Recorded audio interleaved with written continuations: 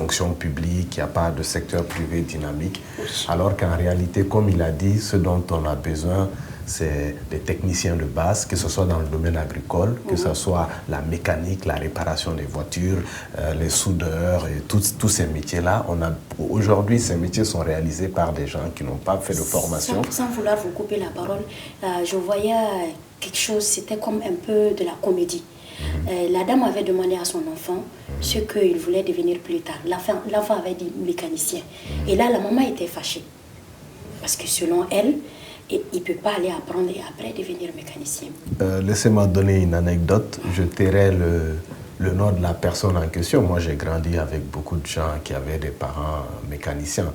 Quand on conçoit la mécanique comme quelqu'un au bout d'une rue qui bricole des motos, bien sûr qu'on n'a pas la bonne vision.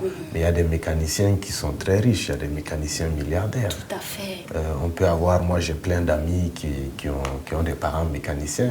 Ils ont fait des écoles privées très chères dans le pays. Qui ont des garages. Qui sont même allés étudier à l'étranger, financés par l'argent de la mécanique. Quand on est bien formé et qu'on fait un travail avec sérieux, honnêteté, je pense que dans la majorité des cas, on aura beaucoup d'argent et on va survivre avec cette activité, peu importe de quoi il s'agit.